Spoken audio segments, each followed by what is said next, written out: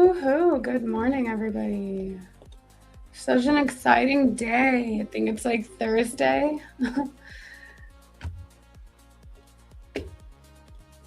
All right. So the E8 Pro account's 40% discount is back. If you haven't already, go grab yourself an account, get the morning started. Ken, I actually think I'm gonna have to get some tea because I'm losing my voice all of a sudden. Yeah, all good. All good. I'll get these guys started because obviously we've seen quite a bit of volatility here. Kicking off. Let me break this down, guys. Yeah, so it's a bit of a funny one actually. Obviously, we've had this big spike to the downside for the dollar, right? We broke out of this range. It's going to go over two ways. I mean, the way it was shaping up, it was looking pretty bearish there with this flag here, bit of bearish range, breakout, pull back in, and then selling coming into play. And why we're selling, I still think it's a little bit narrow-minded of markets. So I'm taking it a pinch of salt personally. The reason being is, let's dissect this. The actual headline of the NFP came in at 57K, okay, which is bad. Previous was revised lower as well, down from wherever it was at, 172 down to 129, which isn't great. But what's still inflationary is this. The average earnings, what people getting paid, wages still high, unemployment rate still low. It came down to 4.2%. So it sort of offsets this bad number. Like, this is the thing about markets. Sometimes they can be real F-tards and just focused on one number, which when you look at the bigger picture of things, it's still inflationary. So I still see what's happening now with the dollar as forming as a reason for this higher low. We're flushing out. Obviously, a lot of stops have been triggered on these longs. A lot of stops would have been here, right? And obviously the flip side to euro, which we're going to look at in a moment. But a lot of stops have been taken out and we're just forming a higher low at 150. So don't lose sight of the bigger picture. I know there's going to be a lot of warriors because obviously I've been a massive dollar bull. There's going to be a lot of keyboard warriors in my DMs saying, oh, I thought you were a dollar bull there. Shut up, dude. Shut up. I think we buy the dips, in my opinion, okay? Not financial advice. What I'm looking to do is I'm watching for shorts at the moment on euro, letting it do its thing. It's still, at the end of the day, structure hasn't changed. We're going to go and form a higher low, a lower high, excuse me, in my opinion, up at 115, 114.80, this area of liquidity here. Even if it wanted to come up to 115.20, let it do it. So I'm watching this pullback right now, and I will personally look at, I think this is going to be a case of selling the rallies. You know, I'm going to quickly jump over to gold because I'm just looking at opportunities at the moment. So gold played out for that double bottom. See, look here, 1, 2, and then look, we've smashed through all those stops here and pushed to the upside. So near term, this can do its thing. Okay, this can probably run up to the next major area of liquidity on the daily, which I would look at up here at 4,200. So yeah, data. Not great at plain sight in terms of just one figure, but everything else is still inflationary. So things, I expect this flush out and then the dollar dips are going to be bought personally. Next focus, by the way, is on a US CPI, which is not this week, not next week. It's the week after. All right, US CPI is due out on the 14th. Let's just pull it up here. Yeah, 14th. So, but yeah, that's just my thoughts at the moment. I'm looking. Yeah, I mean, by the way, you know, on that previous live stream, I said, watch out for those sweeps here. And we came up again. We swept that liquidity and then we came all the way to the downside, which was nice. But now you see where all this liquidity was at, stops have been taken out. So that's why, you know, nice exacerbated move to the upside and then pull back. And then we're probably going to be drawn into 15s, to be honest. Obviously, there's no trade here right now, in my opinion. I wouldn't be jumping in. Just looking to see where we're at. Yeah, I mean, I wouldn't personally buy this dip on this little pullback on euro. I expected to push into 15s, but I wouldn't, just because I still know that data is not that bad. It's not bad at all. So yeah, I think I'm gonna let everything do its thing. Continue to squeeze higher, and then look at selling the rallies for euro. Personally, I'm just looking. Yes, my thoughts. I mean, if this plays out, very go Abby. Thoughts, Ken. We just tapped into 1 hour for value gap down below, and we're pushing up from there. So we'll see if we can hold the strength and continue moving up. Yeah. But on the daily time frame overall, we're just consolidating right now. Yeah. To be honest, for me, like on gold, sorry, Abby, just quickly. Technically for me, like I would take these longs on gold, but it just goes against my view at the moment. It goes against my view. The trade would look like this, but I'm just not going to take it because I still don't think those numbers are bad for the US. I still see them as inflationary, but I'd take this trade. This was what it'd look like up to here. But I'm not going to take it because it just goes against my macro bias. But I expect that to push into there, 4,200 right up here. But yeah, anyway, that's just, yeah. You posted something, I think, yesterday, or maybe the account E8 posted something, and you mentioned something about, I want to say it was like two different dollar bill classes, like stocks or whatever. Don't know what you're properly supposed to call those. And you mentioned that they like one might shoot up and the other one would stay, and that you trade in between that because they usually run together and they're going to correct. So you'll short one and you'll long the other.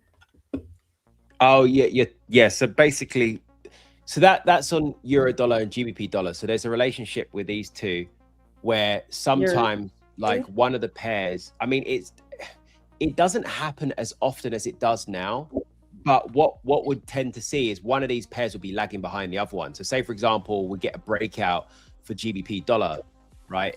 Early London or something like here, we had a big breakout of GBP dollar. Some 50, 60 pips ahead of the data, we had a breakout, but then euro tends to lag behind or vice versa. Sometimes it lags a little bit behind. It takes some time to play catch up. So there are times when you'll see that. So it's worth people back testing that. But the data is there, there is that divergence there, and just trading that difference, that catch up period, or, if the sales are in play ahead of time, then one's going to play catch up. That's what I've observed over the years, Yeah, I like that. I saw that and I was like, oh yeah, that's like definitely worth touching on or looking at some point. Yeah, for sure. That'd be like a cute little way for me to get into Forex, Oh, do you trade Forex? Of course I trade Forex, yeah. I just like, play with the divergence of these two random things I don't know what they're called. Yeah. And I'll really sound like I know what I'm doing. Yeah, I saw your clip actually. Your clip yesterday. You're talking about the macroeconomics. You're going over the ISM data. Well done. Wait, what? What clip? There was a clip that went up on the channel on E8s, and it was you breaking down. You were breaking down yesterday's data, the ISM manufacturing. How it came in weaker? No, I was not. Somebody like asked a question, and they basically asked like whether or not it pertained to price action, and I was like, right. Like, do you trade ISM? Like ISM is this, and it came through this. Do you trade that? And I was like, you can't. It's not really a thing that you trade because news comes out and a price action responds pretty immediately, or it's already factored in. It's not really anything. Yeah, Bitcoin's looking pretty good right now. I had my short on and then I didn't place stops. I went to sleep. And somebody decided to go pump the market. So it canceled that account out, which is chill because whatever. It was only a funded account. Yeah, fair. What's good, Tyler G? We need to get you back in the house. What did you say? I said Tyler G's in the house. Tyler G's in the house. He's making his rounds. Yes. Man, like. He's ready shout out to. Those new accounts. Wait, are we allowed to announce those yet? Yeah, it's up. Every rule that you can possibly imagine, just no. E8 says no. Yeah, insane account. I'm super pumped for it. Absolutely pumped. They're for anyone that doesn't understand them, Joel at E8, he's done a great explainer video which will be going up, I believe, shortly, so you can check that out, so you can really understand the rules and everything. But man, it's I don't know, it's just an amazing account for me personally. Yeah, zero rules, like no consistency, no buffer, no minimum trading days, no trailing drawdown. This is going to sound really redundant, but I'm going to keep going. No daily drawdown, no daily profit caps, no activation fees, no path to live. It's something. And then 100% profit splits. So you're not getting like 70, 80, 90% of your profits that you pull out. You're getting 100% of it. So those are on their way. Forex, futures, crypto, all that. Yeah, there's only a six. It's obviously one phase account. There's only 6% profit target, 3% of static drawdown. So And yeah, you know, daily payouts and daily payouts. I mean, it's freaking lit. Use Colin, right? Use Man, Colin, like Colin Rice. Do you have an affiliate code, Ken?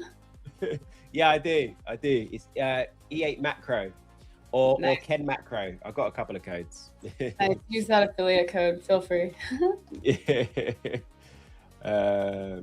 Yeah, no, I'm just going to shout out Neon Spark. I know I said it in the chat, but well done, my man.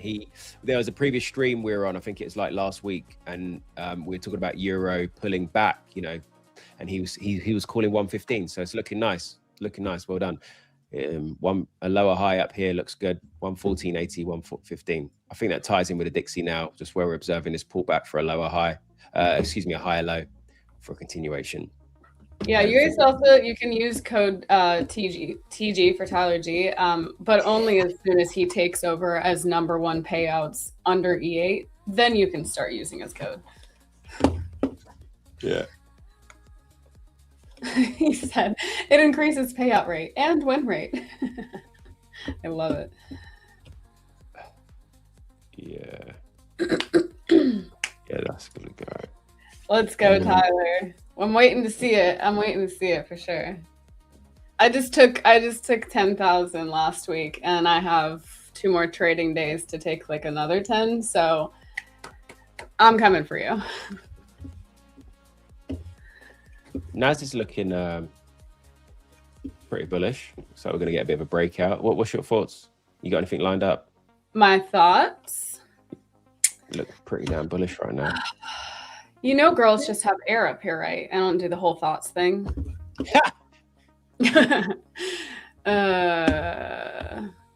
I've been off Red Bull for many weeks. Oh, I dropped 10 pounds in the past month. Seriously?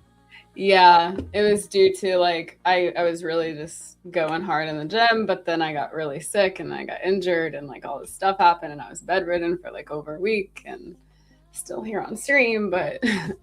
Yeah, it was a lot. And so I weighed myself and yeah, I was like, whoa, I need to put some weight on. Jeez, wow. Yeah, I don't have too much thought. I mean, obviously we have an 80% setup above. We tapped into this hourly. Can't see the screen by the way, Abs. Open. Huh? Yeah. Can't see the screen. Oh, yeah. I don't need to share it. Nobody needs to know what I'm talking about. I got you. All right. Let's get saucy. Yeah, baby. I know it's way better than Ken's, so. All right. We tapped into this area down here this morning on the open. Now we're just pushing up a little bit. I am waiting for the opening range to set. And once it sets, pick a side and then trade off of that. POCs above, that's my 80% setup. We have Asia highs right here in this area. So I feel like we're probably going to take that. Yeah, I don't really have anything. Monkeys. Markets are pumping right now. So, you know, we'll see it through. Nice. See it through. Also, like, all-time highs are, like, not that far. We're sitting up there. It's just kind of incredible, you know? Like, where does this come from? Yeah. When do we get, like, that like, bloodbath? And I feel like everybody's like, never. No, if it's not on Trump's watch, it's not going to happen. Not on Trump's watch. Right. Pump. But, like, how long can he just keep the markets going without putting in his own capital? What did he make? $1.4 billion on crypto? Yeah, it's insane. Insane. Well, it's a Dow now. He said Dow needs to be at 100K. Where are we at the Dow? 52K. Oh, okay, still way off. Still way off, yeah. I'm just keeping an eye on, because I spoke about before Euro and NZD, the big divergence. Well, not big, but big enough divergence between Euro and NZD. This is still on a watch list. So obviously, I said it held structure. You know, I still see this as a higher low. Had a nice bullish engulfing closure there for the month of June. Price broke out of this, well, still arguably in this sort of pullback structure at the moment where we're printing lower highs, lower lows. But remember I spoke before about this double bottom. We had a break out this channel, pull back, and this is the retesting motion at the moment now on a daily.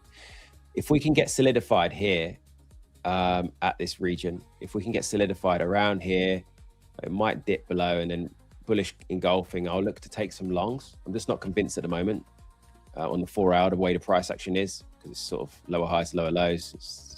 It's consolidation, looks like it wants to break out a little bit more. Probably try and take out some stops at this zone here.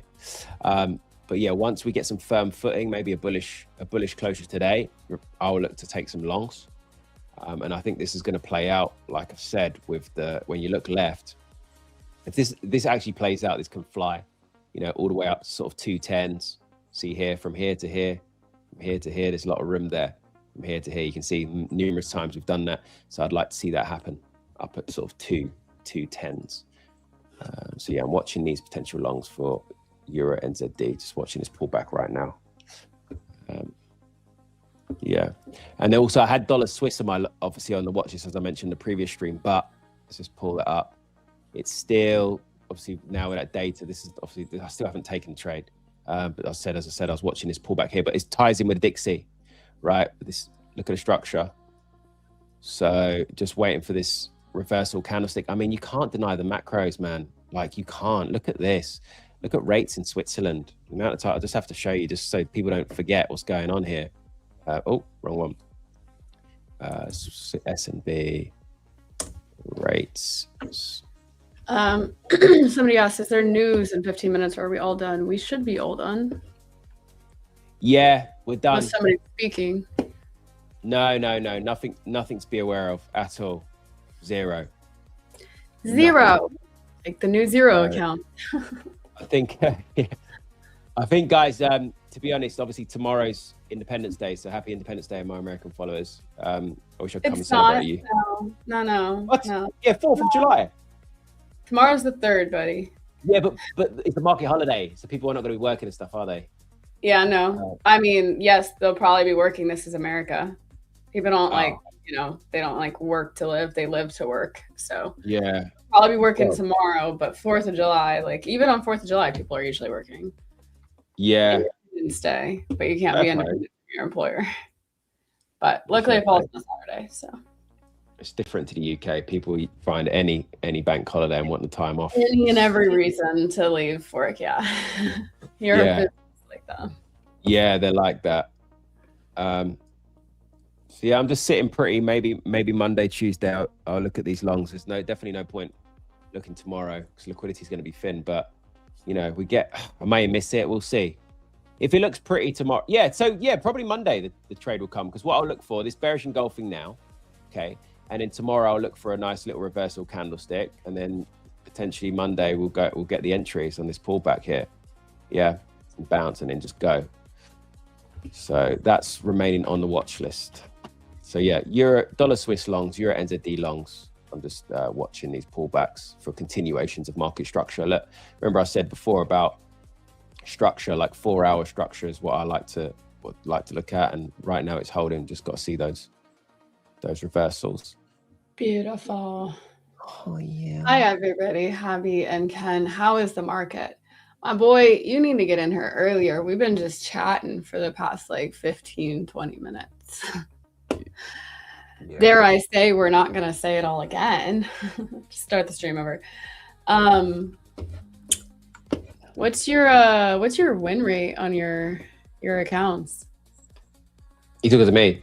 Mm-hmm. I have just over 50% win rate. Nice. Yeah, that's good. Yeah, I mean, that's like, and that my win rate is flirted between 50 and 55% for the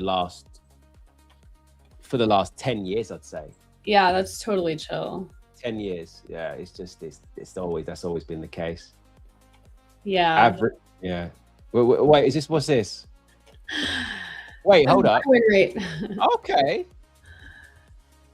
Yeah. Okay. This is my average, my average win versus my average loss. Good That risk actually, reward. okay. This I actually wonder if this is calculating the fact that I blew those crypto accounts yesterday, those funded crypto accounts, because I saw in my calendar that it says like negative like $5,000, but I made $1,000 on each account yesterday. So I don't know what that is, but I wonder if it ties into that at all. So wait, which account? Which account was that? That one you have? These are just signature accounts. A signature. That's really good. Really good. That's really, really nice performance. Thank you, sir. It's Really nice. going 2 weeks strong. Yeah. Well, 3. Yeah, love that. Yeah, that's a good win rate. I think yeah, for me, like when I look at all my data and stats, my average risk to reward is around between 1.3 and 1.5 R would be my average, would be the average. And that's like over a 10-year period. It's just yeah. I mean, there's been times when it's been stronger than that, but yeah, it's just that's where it sits at. And I think for when you look at like long-term sustainability, I don't think anyone can sustain over 2 R. If someone could sustain over 2 R, message me and show me. I'd love to see it, and you can get a shitload of money. You can get a shitload of capital thrown at you. But, are you trading the tournament account? Nah. Yeah. You. Wait, you are, aren't you? Because aren't you in 3rd place? Is that right? I'm in 3rd place for taking payouts on futures, I think, or something. Right. I saw somebody message something about that. But no, it's not that. I'm not on that at all. Fair. I forgot to start it, and by the time I like realized that I was signed up, I was like, people are already full porting that and like probably breaded right now, so it just doesn't even make sense. Yeah, fair. That realty guy just messaged, just said, am I in longs? No, that was just me saying, if had I not, the macro's gone against my view, I would take those longs, like for gold, because I see it being sucked into the next area of liquidity, which is at 4,200. But I'm not going to take the trade. The only reason that I didn't take that is just because, for me, when I look at the data, it's not that bad. You know, the unemployment rates come down to 4.2%. The average earnings are still high. It's just people getting drawn into this, you know. So, but technically I'd be long now on gold. That's why I put that trade there for hindsight, but it's obviously I haven't executed that, just to make it clear. But yeah, technically I like the look of that. And maybe up here at 4,200, I'd be interested in shorts, or it may come up to 4,250. Anywhere in this whole proximity of 4,300 and 4,200, I think is possible for that lower high, you know, as part of the structure, and then resume business to the downside. But yeah. Somebody was asking when our guest is coming on. Will be in about 35 minutes from now. Who we got on? Dan Cooke. Dan again? No, different Dan. Oh, Dan Cooke. We diversify our Dans here at E8. Dan Cooke. It rings a bell for some reason. Wait, Dan Cooke. No, not Dane Cook. No. Yeah, I was thinking of Dane. Yeah, I was like, what? Hold up. You're like, I know him. Yeah. Knowing you probably know him. Been in one of his movies or some shit. No, but I met that one guy. Delamlio, whatever his name is. I like walked past him on the street once, so I was like, okay. I was like, what's up? Fair play. Yeah, he's an odd guy. Hello, everybody. Guys, just be aware, right? Just quick thoughts, quick one. Japan, obviously, tomorrow's going to be quiet because it's market holiday in the US. So just be aware, obviously, this is an opportunity potentially for Japanese authorities to conduct intervention because liquidity is going to be very thin. I have been reading a few things. So just keep in mind, it's probably not recommended to have any long yen positions open. Sorry. I should make my money tomorrow shorting yen. Got it. I will put a note somewhere. Oh, yeah, I mean, I wouldn't be surprised if they do it tomorrow because liquidity's thin. What they do, their action can have more of an impact when volumes are low. So they could really push this lower if they're going to do it. I'd be surprised if they don't. Bet you it's not a swift move either. They're going to chop it all the way down. Yep. Take people all the way out. Yeah. And they're done that. I know how to trade holidays now. So the algorithm's better than the algorithms trade me. Someone's saying that. Oh, there's poker today. I don't know. Some people are saying poker in the chat. Angel, is there poker today in the Discord?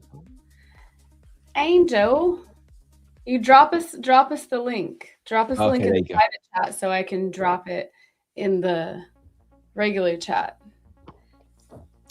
Angel, do you sit there like, when I'm on stream, obviously, because now you're getting used to being on stream quite regularly and stuff. Do you sit there and like clench your fist and think, hey, he's taking my spot, man? Like, do you get angry? Do you like just hope I just don't come in one day? And like Angel only acts like he does. Angel only acts like he wants to be here. What's up, guys? He loves being on stream because he gets to hang out with me. I like Angel on that. What else is going on? Guys, if you're here with us on stream and you are joining from X or YouTube, you'll get the full experience on YouTube. So join us over here. And while you're at it, drop a like on the bottom of the video. That helps us be able to be here with you guys Monday through Friday and do giveaways. Yes, we do giveaways. So if you want to be a part of the giveaways, you have to create an account on E8 Markets and then verify your account, and you can be eligible for those giveaways. So we do those again Monday through Friday. We're here. I'm going to drop the link in the chat so you guys can join us on YouTube. And then, we also have a chat going. So we want you guys in the chat, just like asking us questions and learning. We're here to educate. So anything we can do to help you guys. Ken's a big macro guy. So if you have any sort of interest in macro, he's your dude. Ask him all the things, all the governmentals. All right, so we've broken the top of the range. We touched the POC. That was the 80% setup I was talking about. I should have taken a trade, but I wasn't here. My brain was somewhere else. Wow. We were talking about this. This would have been the trade right here. Could have entered off of the inversion fair value gap there, and any of that there, taking that up would have been beautiful.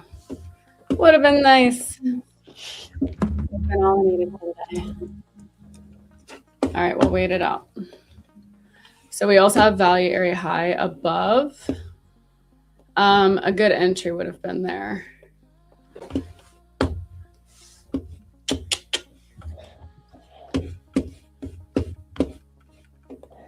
Somebody's asking, Ken, what do you think? I am still focusing on selling gold. I have many sell areas and one buy area. What is your idea about that on gold? I think it's time to buy for a swing. What do you think, Ken? Sorry, could you repeat that? Sorry. It's on the screen. So, Ken, I'm focusing on selling gold. I have many sell area and one buy area down. What is your idea about that on gold? You think it's time to buy for swing? Let me bring up gold. I don't think it's time to buy for a swing position at the moment. The only reason being is because if we go on the monthly, right, obviously we're at a very key area of liquidity. We wanted to come down to this 4K, 3.9K area, which we wanted to see. But right now, the odds are still stacked up against us. The reason being is obviously monthly structure monthly structure arguably could still be seen as bullish. We could still have formed a a higher low here, right? For a higher high, we could. The weekly obviously is bearish at the moment, unless we go and form a big bullish engulfing above these reversal candlesticks. Then maybe I say, okay, there's a shot there. The daily, if we look at price action, just look at naked price action. We have bottomed out, to be fair. We have formed a bit of a double bottom, 1, 2 here. I'm just a little bit skeptical about the rallies being sold at the moment. If we end up clearing this 4,200 area, I think then maybe gold goes for a deeper pullback. But ultimately, when you look at structure, here it's still lower highs, lower lows, isn't it? So for real bull momentum to come into play, and I'd say, okay, the swings are back into play for longs. For me, I'd be looking at we come out of all this. Here we go, start moving above 4,400, and then pushing to the north. But yeah, I mean, I'm taking it with a pinch of salt at the moment, okay, because I don't think anything's changed on a macro level. We just had softer jobs being added to the economy, but the unemployment rate went down and wages still high. So maybe we come up to this gap area here. Look, you see this gap? I'm just looking at it now. See what we deal with this gap. I know we've been there, been through it and closed that gap, but maybe this is an area of interest. As I said, anywhere between 4,200 and 4,300, I think we could sell for that lower high. Just my opinion. Yeah, nothing's changed on a macro level. I still see it's bearish, but let's see.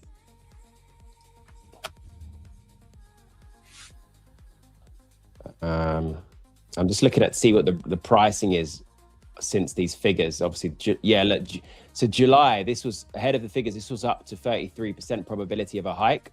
It's now dropped down to 17.6%.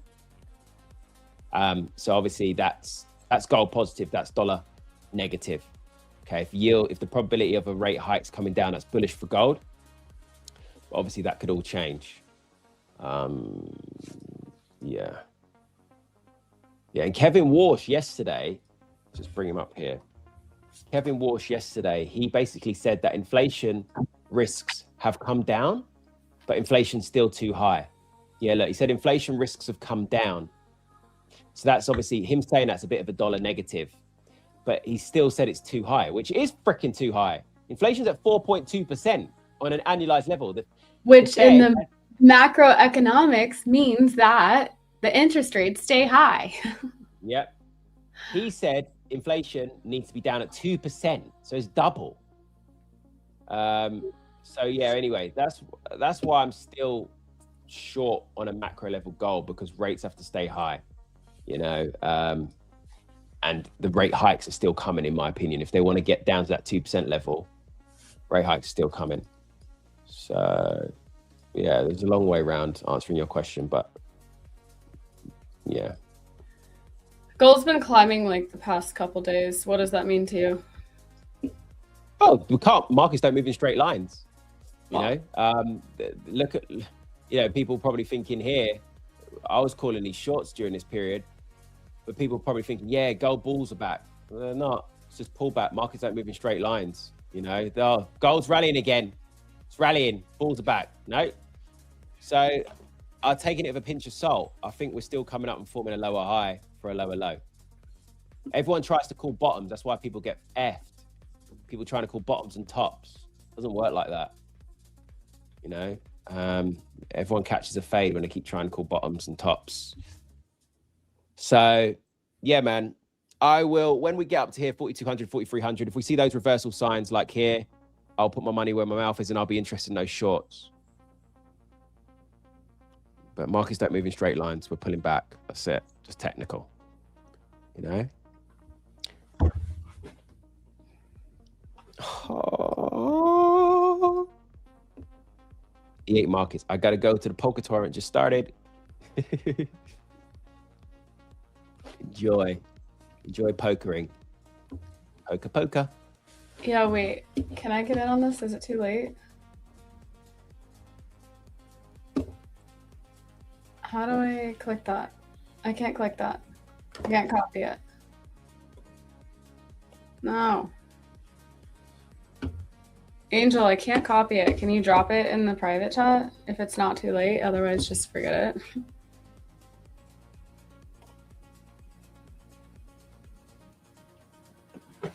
it.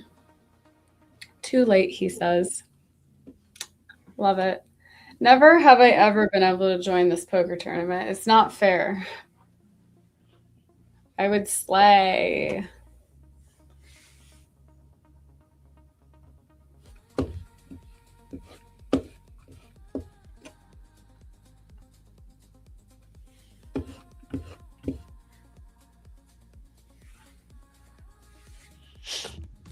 Are you like an old school rap kind of guy or like a drill rap kind of guy? I'm extremely versatile, like, and diverse in what I listen to. Like, Yeah. I love rap. I love old school stuff. Like, you know, my dad, I grew up listening to a lot of Dr. Dre, a lot of Snoop Dogg, a lot of Ice Cube, Tupac. Like, I love all that shit. Like, if I was to really have to pick someone, it would be Dr. Dre. What was that album? Is it The Chronics? Dr. Dre, like all this, like F Dre, all that sort of era. So old school, I would lean towards old school. I do like all this. I do like some of new school stuff. For example, you know, I'll listen to like Gunna. I'll listen to Playboy Carti. Who else do I listen to? I'm just checking actually my Spotify now. Do you know any of the names that I've just mentioned, by the way? Yeah, of course. Oh. I listen to Drake, obviously. Who doesn't listen to Drake? I like Drake. His new album? I love all three of them. He's got three, hasn't he? I don't even know. I don't keep up with it anymore. Yeah, I do love Drake music. Yeah, and then I listen to a lot of UK stuff as well. But you guys, America probably doesn't really listen to UK stuff. Nah, not really. Yeah. Somebody's asking you what's been going on with earning reports recently. Peter and Baz. Yeah. I know. I'm aware of Peter and Baz, but I've never really actually listened to their stuff, to be honest with you. Bushido, you like him, yeah?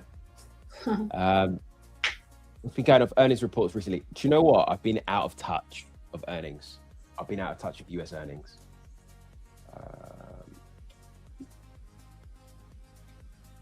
Yeah. Who specifically are you? Is there a specific stock you're referring to regarding the earnings? Because I'll have little butchers.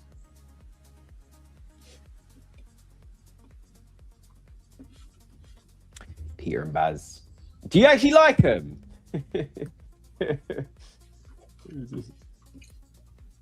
He probably just Googled like, what are English bands? Yeah. All right.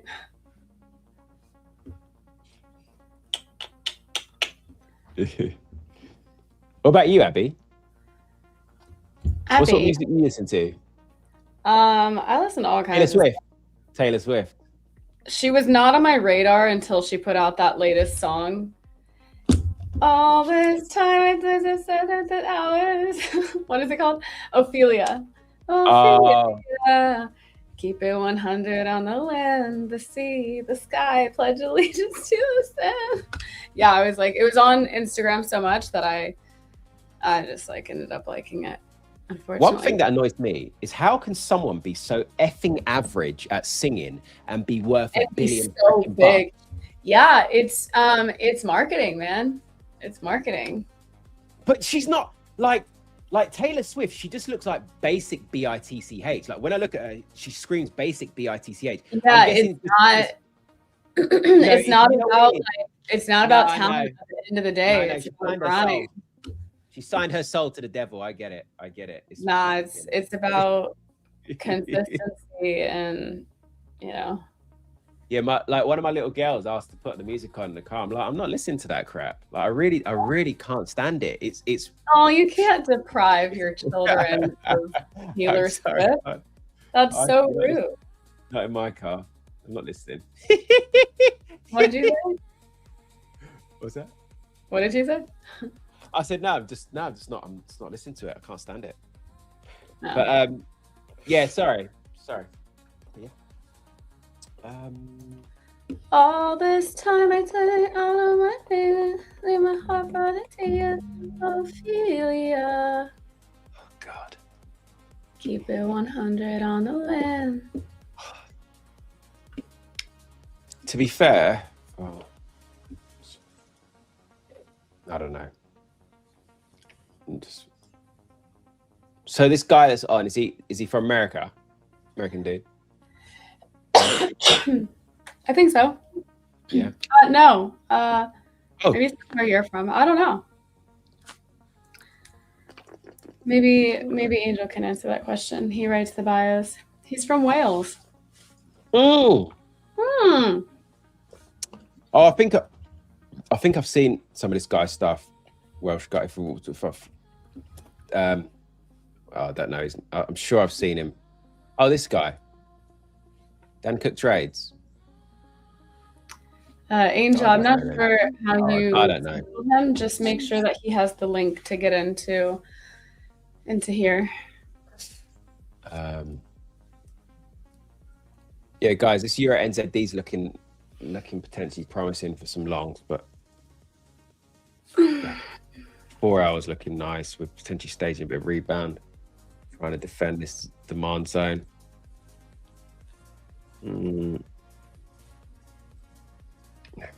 Yeah, potentially. Just not the cleanest of here. Yeah, so it'd be nice to see if we get a follow through a bullish momentum on this 4 hour. If we get a 4 hour closure, I'll look at some longs. Yeah. So we'll be breaking structure here as well, where we're printing these lower highs, lower lows. Break out of this pullback structure. Yeah, I'll look at some longs here. Not right now. And that'll shape up for a bullish closure, a bullish reversal candle here on the daily. My higher low. Someone's asking me before how big are my stop losses, and I said on the previous live stream that for me, I'd like to leave quite a bit of breathing room below where I'd see risk as, for example, now. So say, obviously, a lot of people, I'm not the only person who's going to be looking at this trade and thinking, we got a higher low forming here. We're breaking out of this bull channel, this big bull flag here as well. There'll be so many people looking at it. So it's just where all these stops and all the liquidity is going to be at. So I like to leave a bit of breathing room even below. Like for example, here, right? We had this uptrend here. We've got this higher low formed here before we drove to the upside and printed a higher high all the way up there. So I would leave a little breathing room below here just in case, for whatever reason, we come down, try and take that liquidity and then push to the upside. So this is quite a big stop loss. As I said, Euro NZD as example, maybe 200 pips. This is a stop loss of what? 150 pips.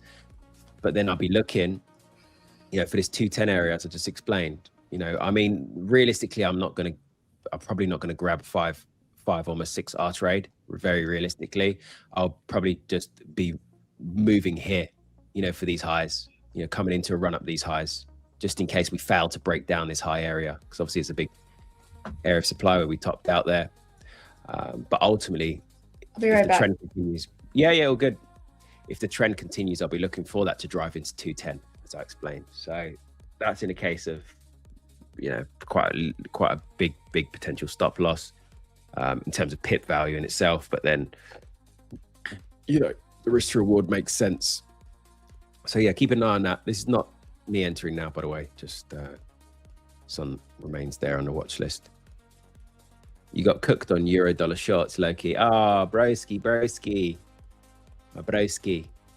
When did you take the shorts? Were you short yesterday? Were you short yesterday in the sweep? Remember, I said this sweep as well, beautiful. But then look at that. So this is like a fake out. Took those stops and then phew. I mean, yeah, when I was looking at this morning, it was looking a bit suspect, in favor of euro strength, because we had this classic, the sweep of liquidity, took those stops, closed, we've got that bullish candle reversal, and then look, just driving out of that range to the upside, sweep liquidity, carry on. But yeah, that gold, is gold pulled back? Oh, it's nice, still there. But yeah, this is all looking just make an excuse for that dollar correction. I think as long as dollar doesn't break this structure here, as I say, dips will be bought, anywhere, just here, just looking for that reversal. Yeah, man. Dollar Swiss. Abby, you doing anything today or what? Yeah, you were chatting, but I took my daily loss limit. Okay, fair. um, uh, uh, uh, uh, I was honestly trying to just like catch a little move right here. Excuse me. Oh my god. I was trying to catch this little move right here, and I should have just waited for the pullback because that is literally my A plus trade is that. But I didn't, and I was just sitting here while you were chatting. Did the opposite. I'll do this markup later, but anyways, I didn't mean to do that. I wasn't paying attention to it, and then it ended up closing me out, and I would have closed it if it was like coming back in this area. But yeah, now I'm just looking for what's next. I unfortunately can't trade my accounts now, but it is what it is. We're still here.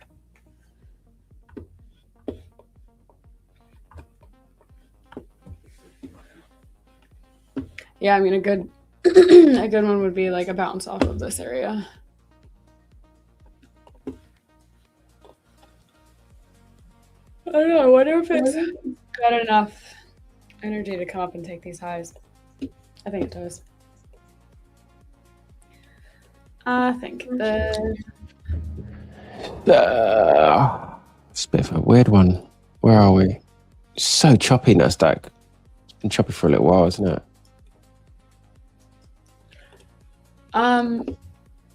I mean, it's not the worst day. I've seen worse. I went to my fridge and I was so excited because I was like,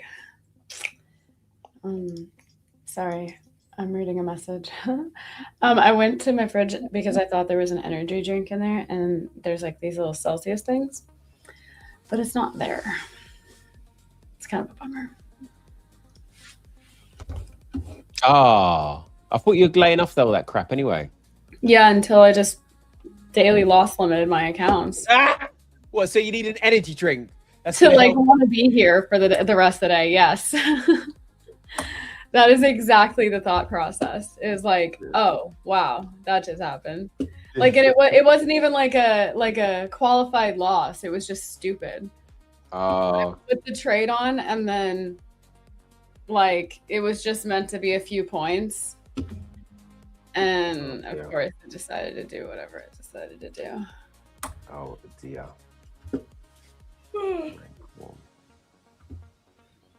Where is this going? Where is it going? I don't like that. That activity right there is suspect. Which activity? Oh, the price action. Oh. Yeah, we got on the 15-minute, we had equal highs on this. Like, yeah, I mean, it really should be coming up to take these highs over here, tap in a value area high, but when it comes down, shows resistance, goes up. That's good. This is also okay. It should have just stayed in this area and then started climbing again. Now it's just sitting here doing this. I don't know what the hell is going on, but I don't like the price action anymore. Yeah, fair. Anyways, I am like pretty pissed about this because I wasn't paying attention. If I was paying attention, I would have closed right there. So lame. Damn. Dana. Big win. I could sprint to the store and get a Red Bull. How long? It would probably take like 4 to 7 minutes, and I don't want to do that to you. 4 to 7 minutes. That's not too bad. I mean, I can't sprint because I'm in pain, but like if you're back. Move over there, even that, I feel like there could be like stoplights and stuff. I could run them. Are you gonna have an operation on your back? At some point, probably yes. Yeah, jeez, scary stuff, girl. Wow. Do you ever just get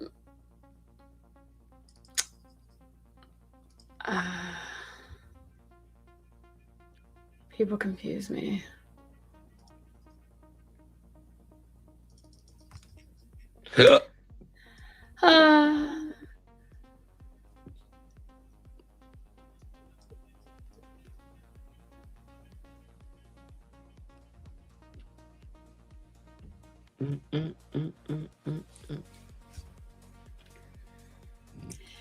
Some prop firm hit me up and said, "We've instant funded accounts.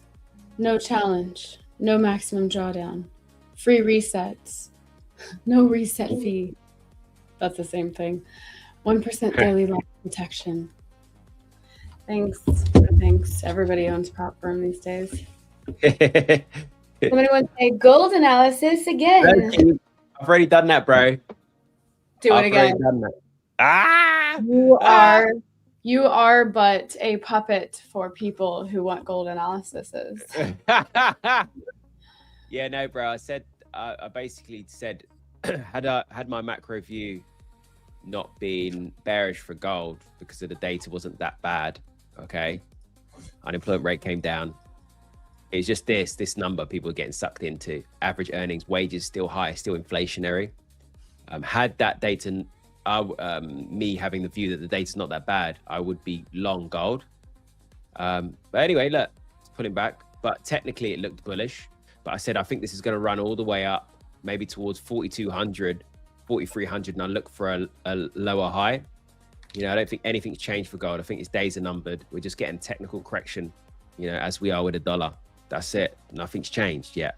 You know, the big change really would only come is if CPI in 2 weeks' time cools, right? Then gold can rally.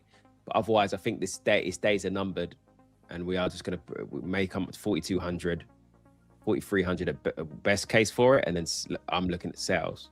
You know, I want to see reversal candles, and then I'm looking at sales. But technically, it looks bullish because structure is bullish. We've double bottomed in this key area of liquidity, 4K, 3.9K. Look, double bottom there, smash through that neckline, pulling back a little bit at the moment, but it looks like it's going to be drawn into here. That was just me giving a hindsight trade, but obviously I haven't taken that. But yeah, it looks bullish right now. So yeah, but its days are numbered, in my opinion. Yeah, bro. I might be the only one bearish on NQ and gold. Oh, you're bearish on gold at the moment, Angel. So wait, are you trading gold again, Angel? Yeah. Hopefully it's a nice gold analysis for you today. All good, man. All good, brother. Oh, he's trying to. Angel, come on. Come on, G. Yeah, nothing's changed, guys. Nothing changed. I'm still gold bear.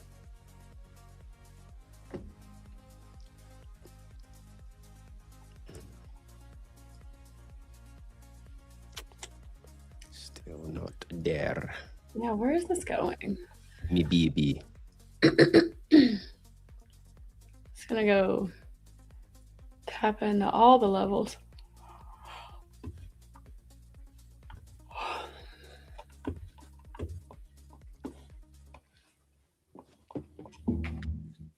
Maybe I just order a Red Bull. I feel like I'm just so annoyed with myself for that trade. Which trade? The one that just DLL'd me. Oh. Like, you know when you take a loss and you're like it wasn't even a loss that you were trying to take, you know what I mean? It was a loss. It was like not a loss I was trying to take. Because that was like, I never take my DLL. Yes, it's very shameful. It feels shameful.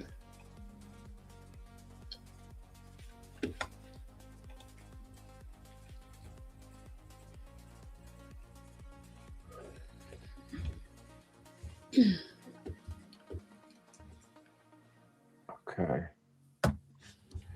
Oh no. No.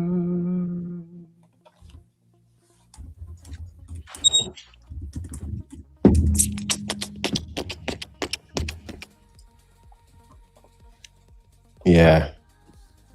It's okay, abs. Bounce back. About to be crazy. Yeah, the comeback's always crazy. You know, at first you're like, why is this happening to me, man? The market's against me. And then you come back stronger. Minor setbacks, major comebacks. What? Full margin longs on gold. I'm in. Say less. I definitely didn't say that, bro. I definitely didn't say that. I said technically fine. It looks a little bit bullish at the moment, but macro-wise, I would not be long gold right now. Okay, so no, not full margin freaking buys.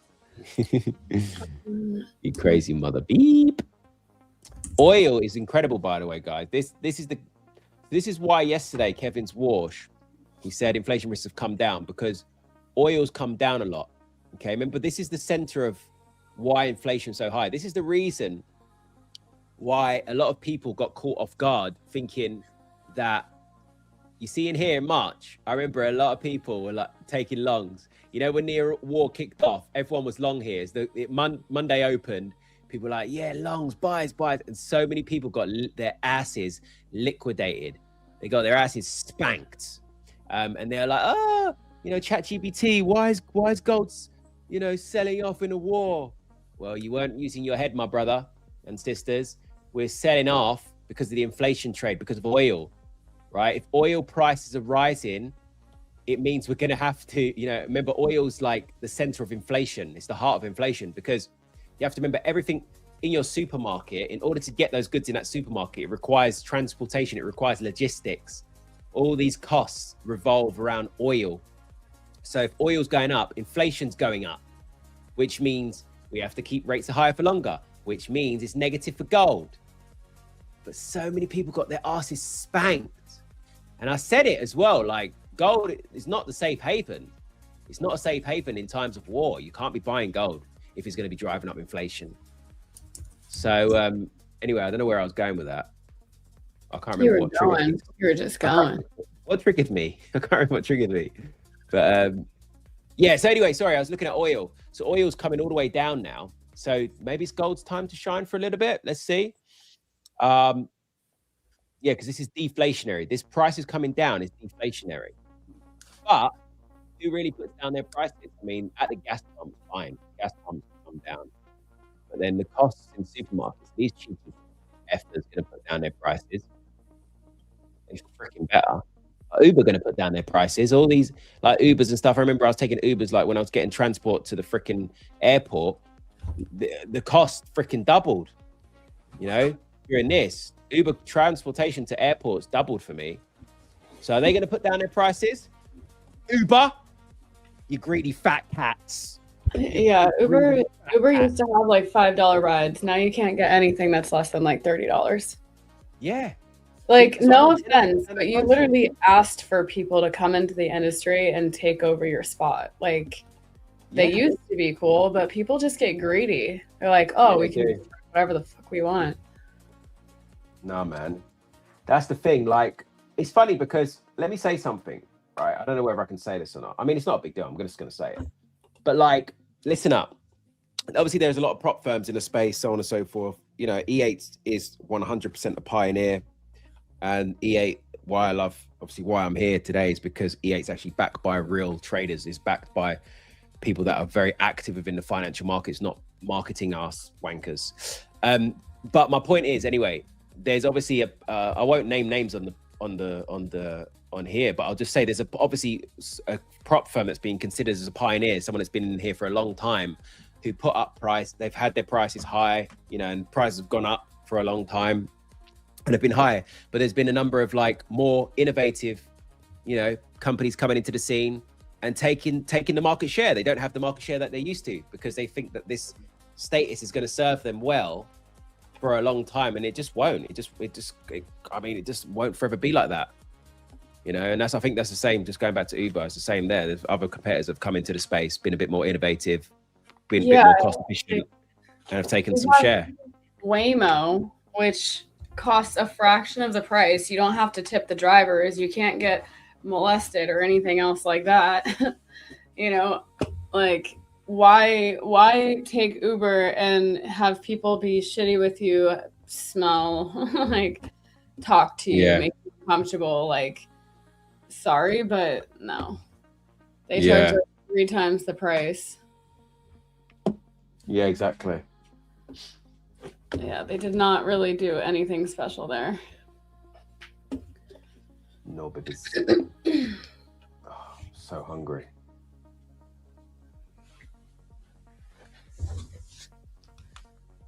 Angel, I'm gonna need you to go check on our guest, please. Okay, Make sure he has the link. You're my darling angel. Shawty on my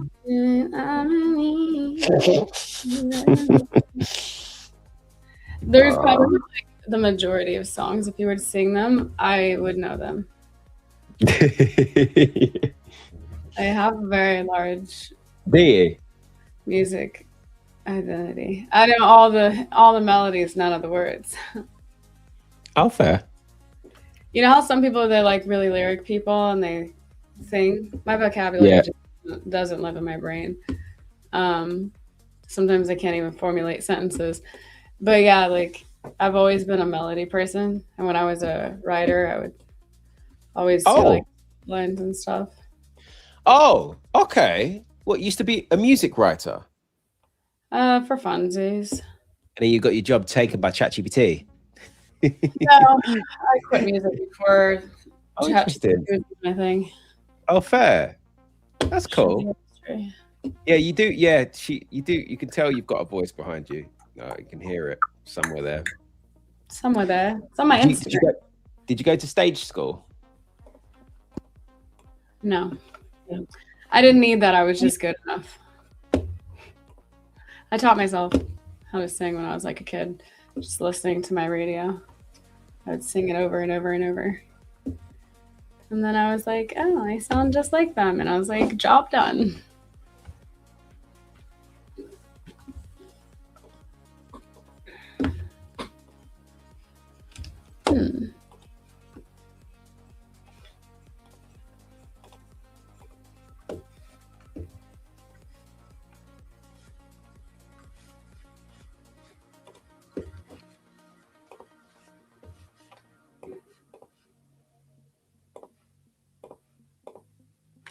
Shawty, you're my something when I'm in need, baby.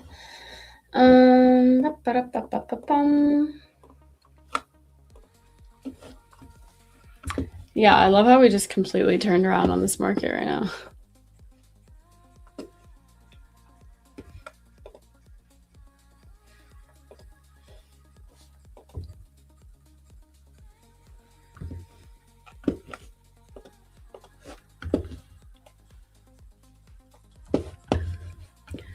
We just went from being like about to take the highs to go fuck yourself. Glad my accounts are locked.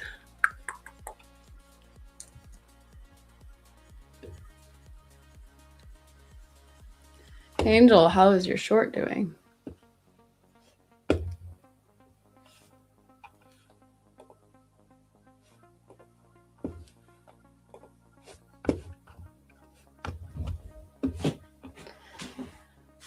Tell you my friend I'm in need.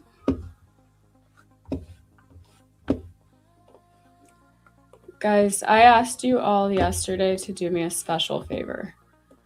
I need this at 500. I need a round circular number. Circular, yes. I need a round circular number.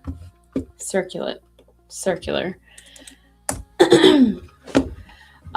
Somebody's asking, how do you do the giveaways here? You create an account with E8 Markets, and once you create that account, you can go and verify yourself. And then once we know that you're real, you can take part in the giveaways. We're here Monday through Friday, and we do those Monday through Friday. And you also have to like the video in order for us to. Ken, why are you muted? Oh, that's an accident. You've been muted. I was wondering why you're so quiet over there. I hit the space bar by mistake. You know the space. Yeah, that makes sense. Yeah, when the guest is here, I'm gonna have to bounce. Yeah, no sorry, worries. Dan. Allegedly, he'll be here in like 2 minutes. Dance for Ken. He'll pick you. What the hell?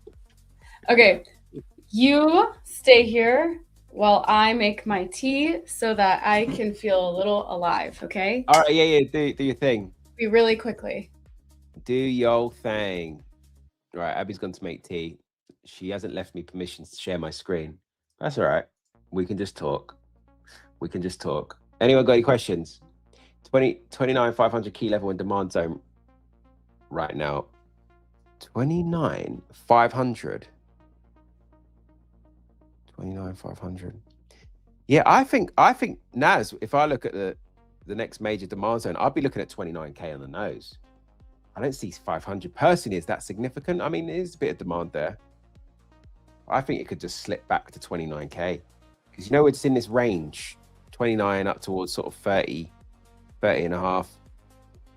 But yeah, we all have to stare at Abby's Twitter profile right now. Sorry, I can't show my screen. Dreamer by night.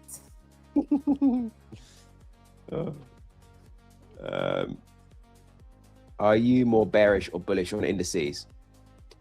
Good question. I think, if I look on the monthly, I'm bearish. If I look on NASDAQ, if you pull up your monthly, oh, my screen sharing now. Cheers, Angel. So if you look on the monthly, I'm pretty bearish. Okay, near term. I think after this long leg doji candlestick here, obviously profit taking coming into play. We've seen a lot of volatility in Asian tech stocks such as the Kospi. I think this is subject to pullback. Weekly, there's just no direction. But like whenever I see this sort of price action here, this sort of range, after a big pump, I feel like it's subject to rolling over. Maybe like this. I mean, this is slightly different. This wasn't a big pump, but just we had rolling over. Let's try and find an example.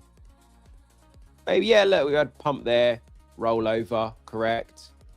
So I think this is sort of, we're going to roll over, profit take. The monthly suggests that we just need to break out of this range. And maybe it's like, it's a bit of a stretch, me saying this, but what we got going on here? Not quite a triple top.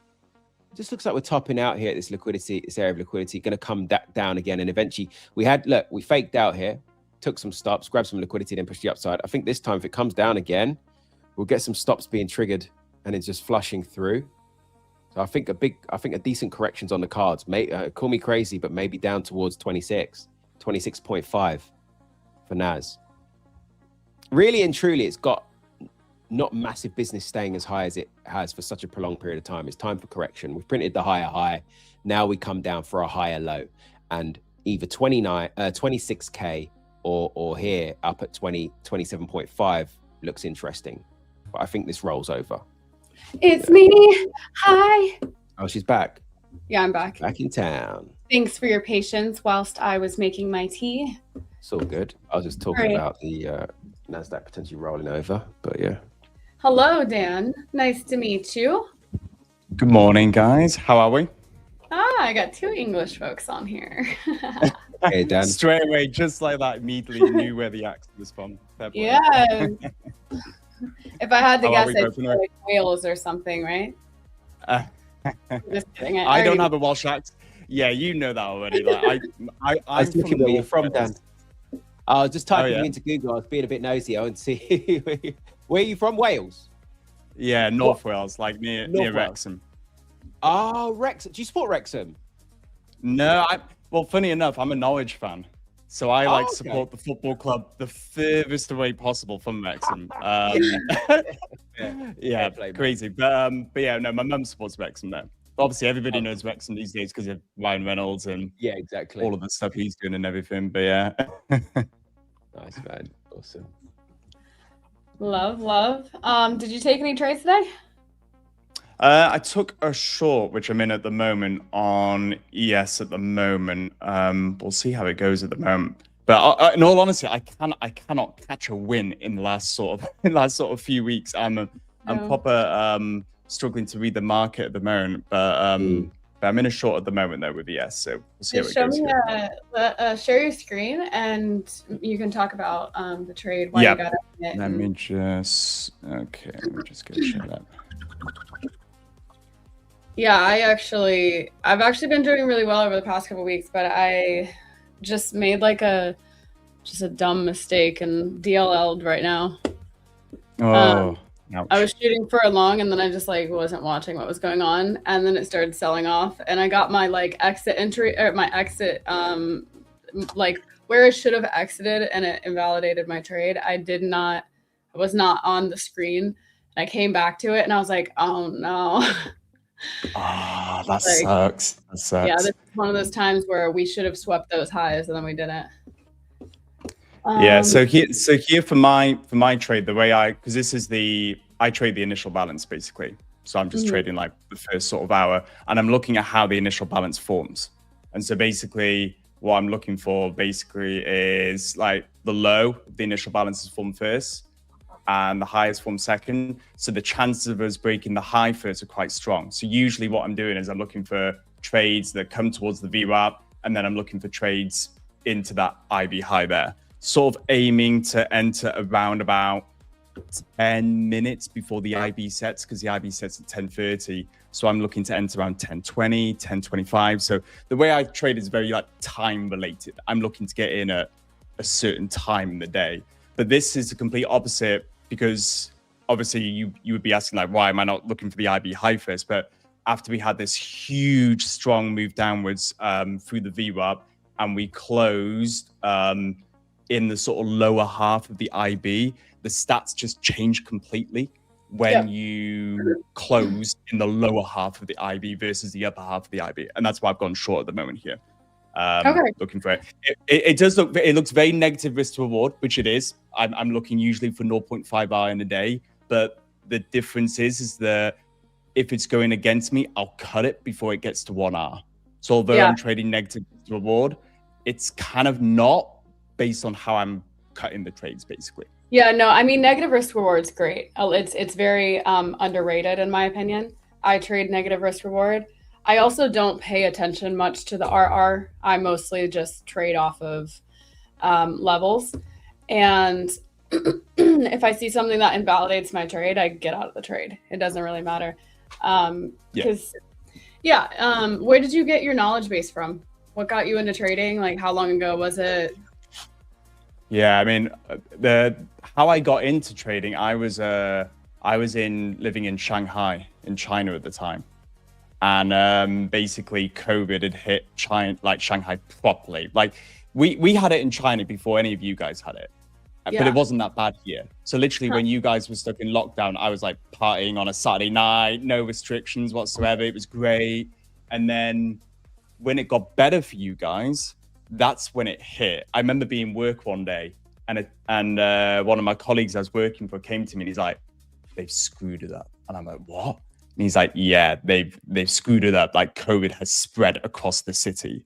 And I remember they've seen this video of these like hazmat guys, you know what they look like back in the day. Yeah, it was like stormtroopers from Star Wars. Yeah, thousands of these hazmat. Yeah, like marching in lines through the city, and I never ever went back into my workplace again. That was the last day, because we were stuck in lockdown, bars on windows, like it was proper like, and I had so much time on my hand, and I was still earning money for my job, but I didn't know what to do with it. I couldn't spend it on anything. And so then I kind of looked into, how could I grow my money while I'm in lockdown? And then I got into investing and was looking into that, and somehow I just came across trading. I have no idea exactly how.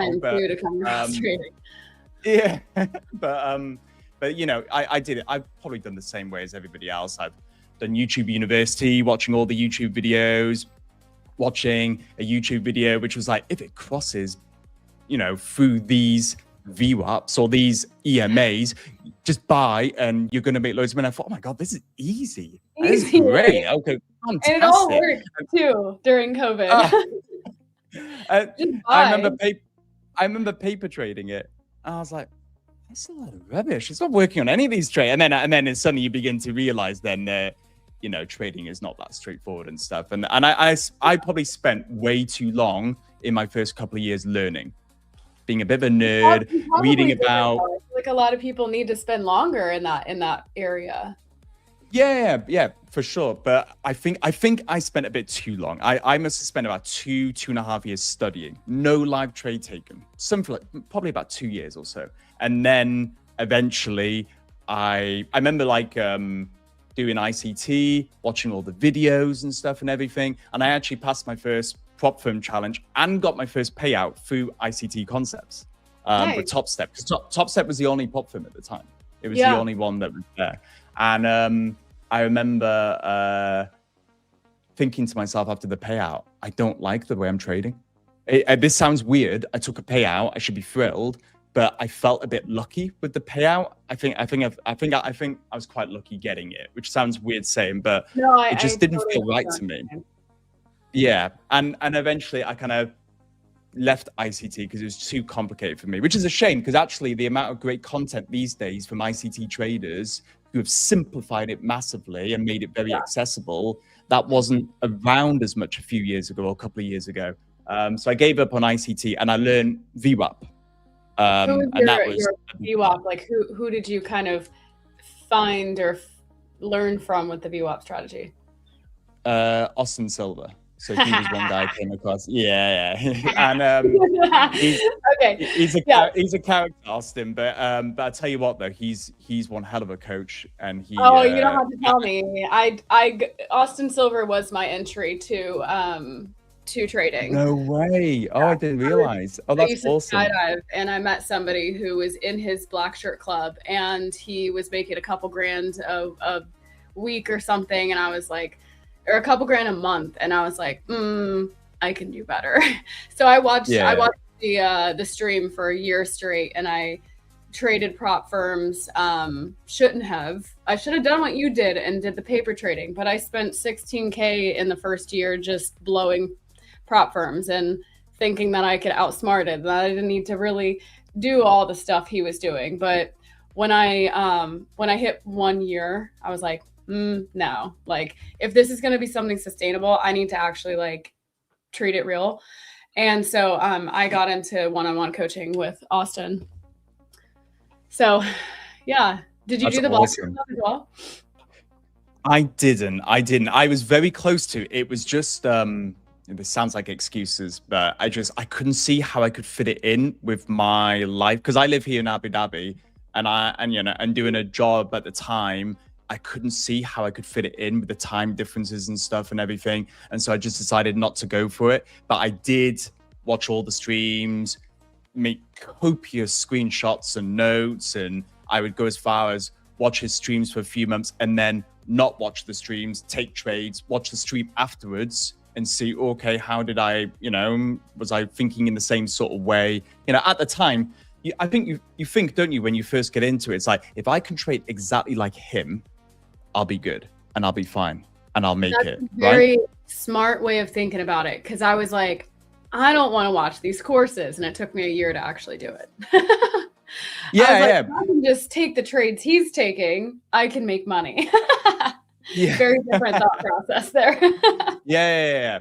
But it's kind of, I just thought to myself, I need to trade exactly the way he does. And if I'm not thinking exactly the same way, and if I'm not trading exactly the same way, I'm not going to be successful. And I think you learn over time, you don't need to trade exactly like Austin is. You don't need to trade exactly like someone else. You need to be inspired by what they do, take what makes sense to you, and then apply it in your own way. But VWAP was still, it's because VWAP, as you know very well, it's very subjective, isn't it? Do you know what I mean? Like it's not like levels, is it? Because it constantly changes all the time. I just think I've struggled with that. And that's when I came across Zinc, who streams on Edgeball with me on Tuesdays, and he streams other days in the week as well.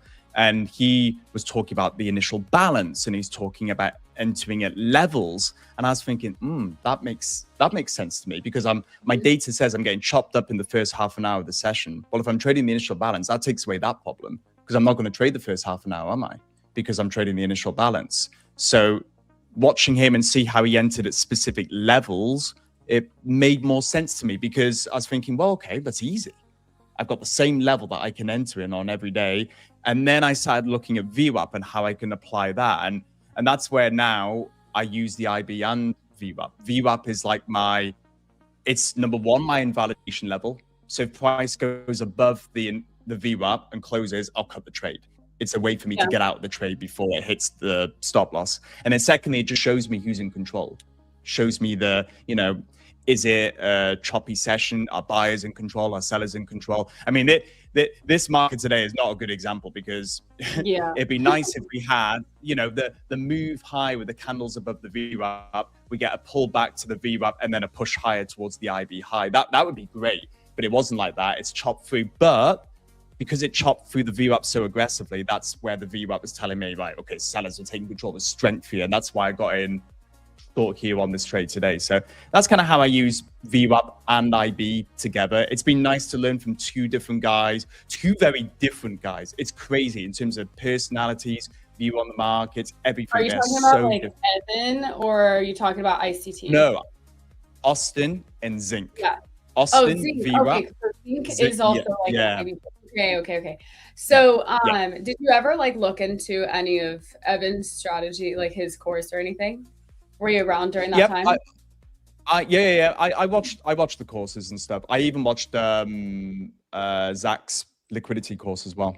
Because it's a really good course. I mean, God, I'm such a nerd these days because I remember it was like Christmas time, last Christmas, and I remember just watching it. I don't think I actually planned to use any of his concepts massively, but I'm just interested. I just want to see how he looks at things and stuff. I remember spending the couple of days before Christmas, like in a coffee shop, watching his bloody videos. So it's one of those where, but the content out there these days is absolutely amazing. I think there's no excuse these days. Everybody has the ability to make something their own, and like you said, when you first started, you wanted to kind of do it to the T, everything Austin was doing, because if he did it this way and he thought this way, then you could do that and think that and make the same money. But the real thing about it, and something Austin actually teaches, is like eventually you can make it your own. You don't have to do it by that. And I feel like people have learned things, and so many brains are now like on the internet and have put all this information together and found other ways to do it. And so it's a very cool thing to like really dive into all that information. When I got into the Black Shirt Club, I was with Austin, and I had been watching him on stream for a year. So like I obviously knew like who he is as a person, like what all that's like, all that energy. And then I moved over to Evan and thought that Evan and I would like be a good fit. And then eventually I moved to Zach, and I was the first person that Zach coached, because me and Zach would like chat on the side. And he was like, yeah, I would like coach you, but I'm not a coach. And I was like, I'm going to ask like Austin. So Austin like had me go over and coach by him. This was right before they kind of got rid of that one-on-one coaching thing. So I coached with him for about a month, and Zach is actually the one that got me profitable, because I didn't come from a background of like reading the markets or ICT or having any of this information. I was really just new. So I didn't go into Austin's thing thinking like, oh, I need to think and do all of this stuff the way he's doing it. I was just like a brand new baby on the market, looking at the charts and having no idea. So I was just thinking like I could figure it out and that it would come to me. And it was a lot more complicated than that. But the amount of information that Zach gave in his course, and just like on my one-on-one calls, the amount of information that we went over, that's what helped me really understand the market. And as you know, he's ICT concepts as well. So I think that as much as people want to shit talk the whole ICT thing, like I've never watched an ICT video. I just know that Zach trades ICT concepts. So I know there's some stuff in my trading style that comes from ICT, but I wouldn't say that like I'm versed in his whole world. But there's a lot of information in that all these imbalances, inversion, fair value gaps, whatever, that I add into my trading style, and I made it my own. I use the VWAPs, I use initial balance, I use ICT concepts, levels, all of that. And I think that the coolest thing about trading is that it is a huge amount of information that you ultimately get to choose and simplify. So, you know, it's really cool. Yeah, yeah. It's so interesting with the ICT because I think I mean I remember on X, on my account on X, ICT himself commented on a post of mine a while back. And oh my goodness me, the amount of crazies that came with him. Like, because obviously he's commented on my post. My post then goes a bit more viral. His followers are more like minions, literally just commenting on, and oh my goodness me, they absolutely worship the guy. He is Lord, Christ, and Savior. Like, it's crazy the amount. And I just think these guys are looking at it the wrong way, where they think, oh, he's got the magic formulas, he's got the magic solutions. I just need to be exactly like him, and I'm going to be a millionaire, and I'm going to make it. And you know as well as I do that when you become profitable, you begin to realize that the strategy is important, of course, but it is you. It is you. You and me could trade exactly the same strategy, but your ability to walk away after you take a loss, your ability to take your profits where you should do, your ability to see it's choppy and think, okay, I can come back tomorrow. I don't need to trade today. All these little micro decisions are absolutely crucial in any edge that you trade. And I think, you know, you're absolutely right with ICT. You can make money trading ICT. And there is so much great content from so many good people these days. But at the end of the day, don't think that these guys are going to give you the magic formula if you're not profitable yet. It is about you at the end of the day, your ability to be a man, woman, take the loss, walk away for the day. I think that's honestly, let's think about it, right? How many times, for both of us, how many times have we blown a prop firm account through 10 reasonably risk-sized trades that were perfectly in line with the rules of your system, and they were just very unfortunate market conditions, and you blew your account through 10 very good trades? How many accounts have you blown that way? I've blown 0 that way. Really? What? No, but no. Through responsible trades. That's what I'm saying. Responsible trades. Responsible trades. I mean, market conditions. Yeah. Well, I mean, but what over the past 4 months were some of the most treacherous bullshit that I've ever experienced, and I haven't been in this industry for that long. So for me, I look at that and I'm just like, dude, like I was blowing accounts a lot, but I also feel like a lot of it did come down to psychology too, because of how I take the losses, resetting the accounts, getting back in there, and the market conditions still being trash, and not having the necessary tools to like be able to trade the conditions. You know what I mean?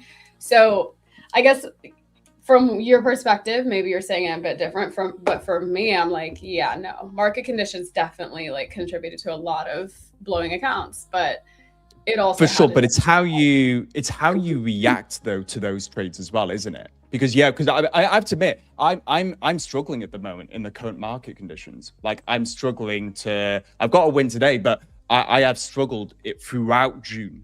Like I've taken losses in June. Towards the end of May, I was struggling to capture trades. I've had loads of days where the markets were just crazy and I couldn't capture a move. And but I think all my prop firm accounts that I've blown are from emotional decisions after the loss, after I've taken a loss. Because I also have been watching, so I trade IB a little bit as well. It's always there. It's in my mind. I have it marked out on my charts. But it's not like my first thing. So I've also been noticing that, you know, it's an 80% that it breaks one side and then you trade from that one side, you know, and we've been breaking both sides a lot this month. So I understand like how you might be struggling a little bit, because this is one of those things that it says, you know, when the markets change, sometimes it affects your strategy. It affects how you trade. But other people are thriving in this market. So it's always good to kind of have interchangeable information and to be able to mold to these new market conditions, because right now I'm thriving in this market. But ask me 3 months ago, I was about to rip my hair out. I was my 73% chance of the VWAPs thing, you know, it's like 73, 76 probability. And I was just watching them lose left and right, and I was doing it perfectly. I was I was Austin Silver in the female form. Like I was taking everything key, and it was failing. And I was like, this is crazy. And it upset me so much. I was just like, dude, like I need to change something. I need to do something different. So I started like adding in different information and different strategies and stuff that I already was familiar with. And I altered the way I was trading. And now I'm back to good. That's so interesting how you say that you thrived under these market conditions. And that's the thing, like you'll have people comment on your posts on social media when you're in a bit of a losing streak going, how are you losing at the moment? How are you losing? But, and it's kind of, well, if your strategy is different to mine, you're probably, you're more likely to be thriving in these current conditions. You know what I mean? I think people don't realize that any strategy is not going to be straight up the whole year. You are going to have a month or months where you're going to have your pullbacks in your equity curve, and it's not going to be plain sailing. And it's just how you react, isn't it? In those losing streaks, in those losing trades, your emotional response and being able to keep to your system and keep faith to it is what is most important, isn't it? To make sure that you keep that equity curve as smooth as possible going for the year, because no strategy is ever going to give you this the whole year. No way. Exactly. For sure. Yeah. I mean, it's a very interesting conversation so far. So I have so many questions for you. I feel like we're going to have you back on and just like dive into some other areas as well. But I would love for you, because I do trade IB. You probably have way more information on it than I do, because mine is very minimal. I pretty much just, set it up, wait for a breakout. Once it breaks out, I trade off of and to that level. So I'd love for you to dive into the inner workings of your strategy. And then guys in the chat, ask questions. We don't have a ton of time left. So just drop some questions, utilize this moment to educate, because the initial balance is great. It's obviously being a little fidgety right now, but it's great. In full perspective, like it's a great strategy. It is a great strategy. I mean, while there's, I'll show you some screenshots of some trades. So, I mean, this was good. May was good. And then we look at June. June, I just massively struggled to capture trades. Like this week here, the initial balance was so large that 1 micro was just too big of a contract. It was crazy. Just like I could not get in with my appropriate risk for a 50K account. Like for 1 micro, the risk was like $500-$600 on a 50K funded account. I mean, for me personally, that's just too much on a funded account. It was just crazy. But let's go to June. Let's go to this one here, and I can go through sort of my strategy as a whole here.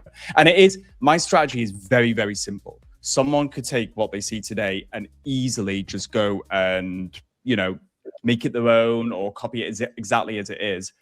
But it's how you react when it loses that is most important, as we just described. But if we look here, with this sort of trade here, I'm first of all looking, well, what's formed first? The low or high of the initial balance. And the low has formed first, the high has formed second. So the data, statistics say very strongly, most days are like 75% plus chance that we're going to break the IB high. So when you say you're trading breakouts of the IB high, I'm like the opposite to you. I'm trading towards the breakout, if that makes sense. And basically what I'm looking for is I'm looking at VWAP and I'm thinking to myself, okay, what's the slope on it? The slope is it's going higher, which is good. All the candles have closed above the VWAP so far in the session. Good. We got some nice wicks off the VWAP here. Okay, buyers keeping control. And what I'm looking for then is I'm looking for around about 5 minutes before the initial balance sets. I'm looking for a pop higher. And then I've got what would be a stop order here at the IB25. And the IB25, this green line going across, is basically the 25% retracement inside the initial balance. So that's what I mean by IB25. The IB50 is the 50% retracement inside the initial balance. And then the red line is the IB75, which is actually where I took my trade today. But 90% of my trades are IB25. So I'm looking for a pop higher here off the VWAP. Some people may ask me, why am I not entering on VWAP? Why am I not entering on the IB50? And that's a valid question. You know, Zinc, who I trade with, he trades the IB50 more. He'll take his trades from the IB50. For me, I find I get chopped up a little bit when price is in the middle of the IB range. So I like to wait to see what price wants to do before I actually get in. And with this trade here, 10 minutes before, with all those things I mentioned, and I'm also looking at the Mag 7 stocks as well, Apple, Meta, because I'm trading NQ. I've got to look at how they're doing as well. If they're all mostly green, then I'll put a limit or stop order here. And then if I show you how this actually played out. So we got our entry just here on this big candle. It would trace back a little bit. The VWAP just protects me here. VWAP is my invalidation level. If we break below VWAP and close below VWAP, I will look to get out of the trade. Very, very simple. And it's important I do that. If I'm taking 1 hour stops all the time, my edge is massively diluted. For this particular, I think whenever you're trading negative risk to reward, you have to be the best loser in the room. You have to be willing to cut your trade early, in my opinion, for my strategy. And we got in here, traced the VWAP, and then we got the move higher out at the IB high. So basically, when you're, I don't know if you're looking for retracements to the initial balance after the break and then higher, or you're just trading the first break, I'm not sure. But for me, I'm out of the trade once that IB high is taken, because the statistic is complete. It was like a 78% chance, or I'll tell you what, I can tell you actually what was the chance of it. So here's the probability of it, because I use Edgeful a lot for my data. And when the low forms first, yeah, it's great. And it just gives this sort of data. So I entered in that trade thinking I've got an 80% chance of winning this trade. Are you going to take a trade that has an 80% chance of winning? Yes, you are. Yeah. So I enter, you know, and I also do it by weekday as well. So what I'll do is on Edgeful, you can actually do it by weekday as well and see, well, on Mondays, how has it performed? Okay.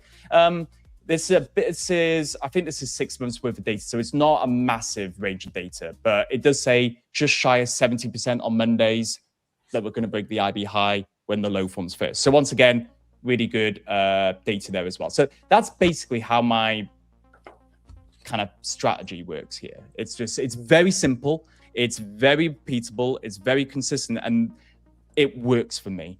It's super boring. It is, but I have a very boring strategy, but I can stay consistent to it, and that's what makes it work for me, basically. Yeah, I mean, I think that is a huge note. Is trading is not meant to be like super exciting. It's not fun. It's very redundant. You're coming in every day. You're looking for the same thing. You're waiting a lot. You're not taking anything. You're just sitting on your hands, you know? So, yeah, I like that whole thing. I also really love Edgeful. Edgeful has some of just the best material. When I found out about Edgeful and I started looking into all these, like I got it for like a month, but it's expensive. So when I was just getting into trading, I was like, I can't afford this. Things that you can find on there and just the way that you can break everything down.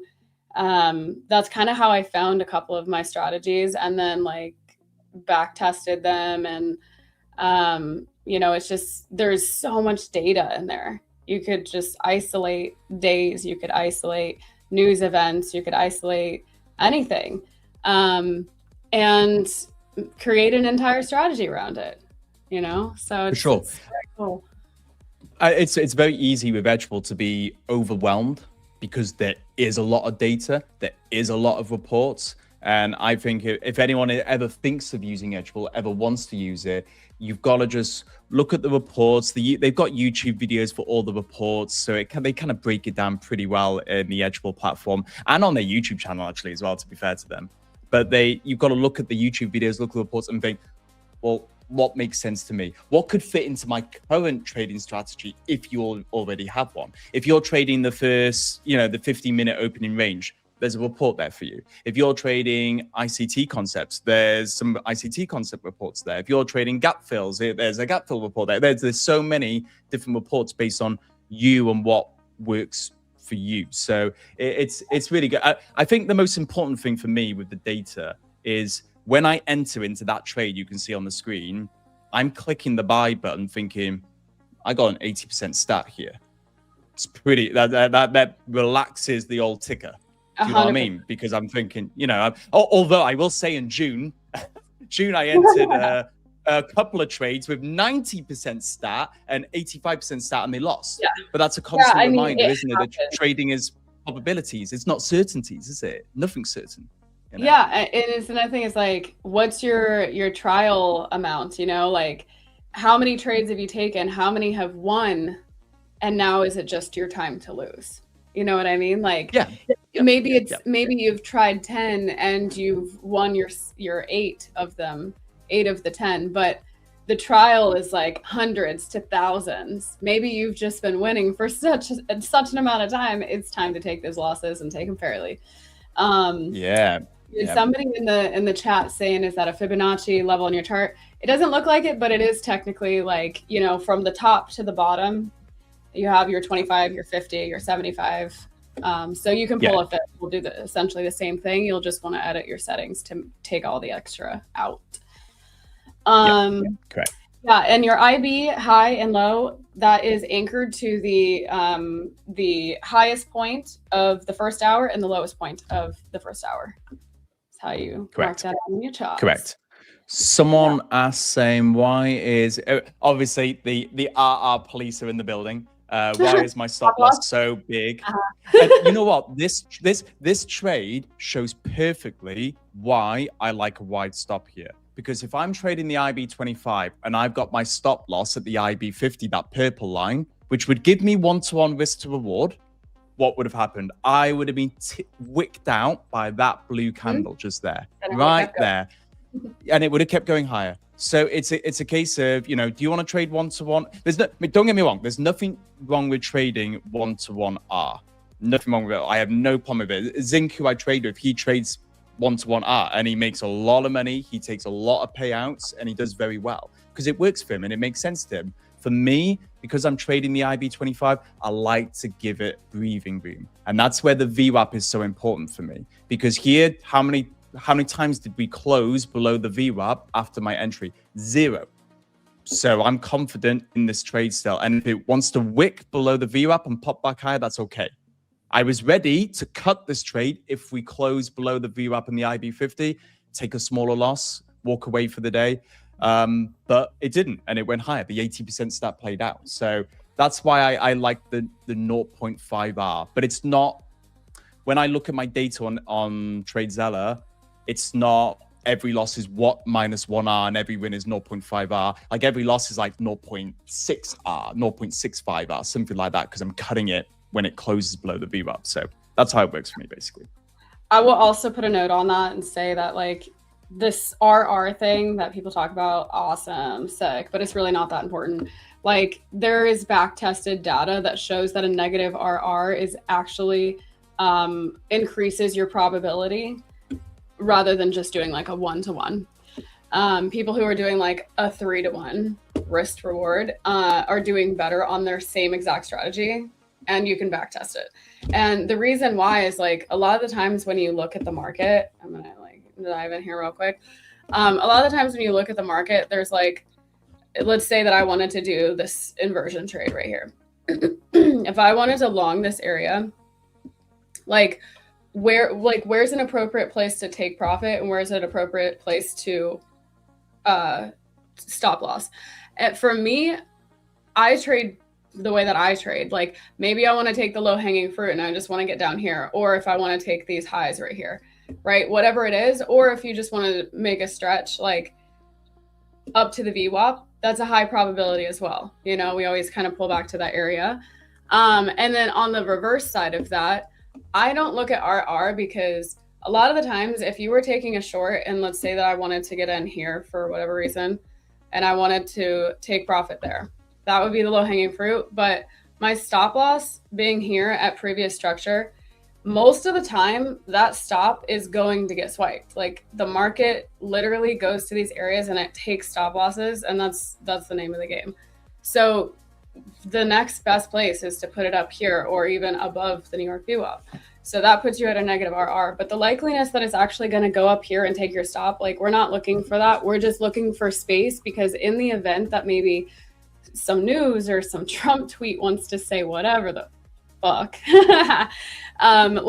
You just don't want it to come up here, wick you out, and then go slice down, because it happens all the time. And I think that's like the biggest thing is like, I'm not looking to take a full stop like that. And also most of the time, like, I don't size very heavy anymore, but when I got into trading, I was sizing too heavy. Like, it wouldn't even been possible. Now, even with one micro, our volatility has been so crazy, hundreds of points in a day, that like you could easily like blow your accounts on one micro. So we're not looking to take the full stop. It's just the general idea that if you give it more space to be able to like take you out, then you're not going to get taken out of the trade. You're more likely to actually win the trade. And there's back tested data on that. Yeah, completely. So you would cut your trade before 1R, minus 1R. Yeah. Like here, like I don't pay attention to the 1 to 1R. I never have. Yeah. Like, I think back in the day, I might have traded on like a 10-point thing just because that was safe, and that's what Austin told me to do. Just target 10 points, you know. And now it's like this whole thing is 100 points. Like, okay, so like maybe let's say I'll just throw something on here for some sort of something. All right, we have a low a day VWAP. It broke it perfectly. This is a great start to whatever. My low hanging fruit is just these lows, right? Let's see what a 75. That stop being a 1-to-1R is like more likely to get trashed than putting it right here. But if we do take this high, I would be looking for a closure above here, not just a wick and rejection. So if I got a closure above here, I'd close my trade wherever that candle closed. So if that makes sense. Makes sense. Like, I'm makes perfect sense. Invalidate my trade. And in most cases, like, I might even put my stop up here. I could even put my stop. It doesn't matter. Like, I'm not looking for a Trump, you know what I mean? Because I know that my trade is valid and I know that it's going to go where it's going to go, but sometimes it doesn't, you know, sometimes that 30% comes into play and takes you out of the game. And a lot of the times too, like, these all move kind of in the same general thing. Like, it comes, it retests, and then it sells off. And then I'm looking for whatever it is. So I like to give it room, and especially because you don't want to enter without a stop loss. That's just a little crazy. I do it all the time, to be honest. But like, I know where my stop loss is going to be. I don't technically always put my stop losses, but I know where my trade is invalidated, and I'm looking for the market to give me more information. And then once I have that information, I'm going to make my moves off of it. So yeah, I don't think the RR thing is like so super hectic to like be all on top. It's one of those though where I have to remind myself of how I thought when I first got into trading, and not judge the RR police, even though it's funny, you know, but I try not to judge them too much, because I remember when I went to trading, I was very, very stubborn with risk to reward, because I remember watching YouTube videos saying you're not going to be profitable unless you have a positive risk to reward. And when your logical mind kicks in, you're like, well, hell yeah. You know, it makes perfect sense there. If you don't have a positive risk to reward over the long period of time, you won't make money. That's what your logical mind says at the time when you first get into trading. And then you begin to realize, well, actually, what if you use your discretion, which you've earned through experience in the markets, where you learn to cut trades before they reach minus 1R, and all those hours spent watching the markets move, you just get a feel for when you should be cutting the trade, and all of that's hard to teach in a YouTube video, and that's why you don't see many YouTube videos with that. And I just think, you know, it's very hard for someone, I think, who's brand new entering the trading space and listening to you and me talk about negative risk to reward and say it will work for you. I get it why people would question that, but trust me when I say, if you put the time in, put the hours in, get skin in the game, spend hours watching the markets, paper trade, practice accounts with prop firms, one micro, and just spend time practicing trading responsibly, you will earn that discretion, which will allow you to be able to trade negative risk to reward in a profitable way. I think that's really important. Yeah. And yeah, I mean, here, this was a great trade. Your volume is gone. Or my volume is gone. I think it's you. Is it my volume or your volume? I think it's you. It's me. Yeah. It's me. Oh, your headphones out. Yeah, I was just saying, like, this was a great signal I just put in the group. Yeah, you know, so there's like he was saying, there's so much information to learn. And a lot of the times looking at the market every single day for years, you start to like figure things out that you don't even have a name for. And like it all exists. It's all real. It's just you don't have names for any of these things. I remember when I got into Zach's thing, I started learning that I was taking inversion trades and I was watching for break of structure and the market structure shift, and I had no idea what those terms were. I still don't even know what half the terms are in trading. I just do it. But yeah, there's so much information. It's not like you could sit on a YouTube video and learn everything that you need to learn.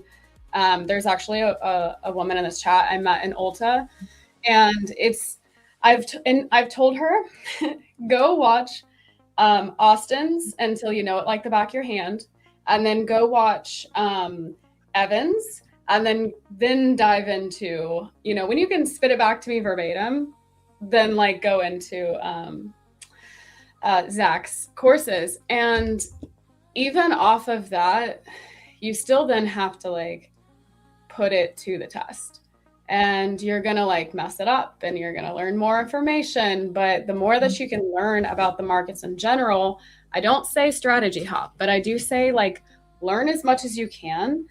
Love you too, Steph. Learn as much as you can, because like it all helps you with your one strategy. And it's just impossible to put it all in one YouTube video. And I've told Stephanie a couple times, like, you can't just get online and look at somebody's videos and think that you'll be profitable after watching some of the videos or some of the YouTube channel or whatever, because it's giving you bits and pieces of the information, but it's not putting it A to Z. You're always going to be missing pieces of information. You have to just like, that's why I'm big on like, take a course. I spent $16K in a year of my life dilly-dallying and fucking around. Like, take a course with somebody who's credible. And if you don't know, Zach's about to start one. So Zach's credible. He made me profitable. And then, you know, Zinc, there you go. Like, we know you're doing well. So it's like, find somebody that you know that's credible, get into a course, and like actually do the education, spend the money, do the education, because there are going to be missing pieces. You're going to have questions. It's not going to work for you, because when I got with Austin, like, it literally did not work for me. And like, I was doing it to the T, but I was missing information. And when I got into coaching with him, that's when I started being able to ask questions. And that's when I realized he knew more than I did in different areas that I didn't even understand. It wasn't there. So yeah, like, yeah, there's just so much information to trading, but there is, and it can be overwhelming as well with the amount of information that's out there these days. And I think that at the beginning, you should be like a sponge, and you should look at different ways of approaching the markets. You need to explore different ways, watch loads of YouTube videos, watch different traders trade. I would say as well, one of the big things for me, yes, watching a course is great, but watching a trader stream live is the next level to understanding how they trade, because you're going to hear in real time them with their trader talk out loud. You're going to hear their thinking out loud before they enter, during the trade, after the trade, all that sort of stuff you won't see in a course as clearly. So watching the trader trade live, I think, is really, really important. But I think you'll find what I found over the course of, you know, especially the last year and a half, is you learn loads, but then naturally you start stripping back. And you start just your strategy, you start thinking, I don't quite like that in my strategy. I don't need that anymore.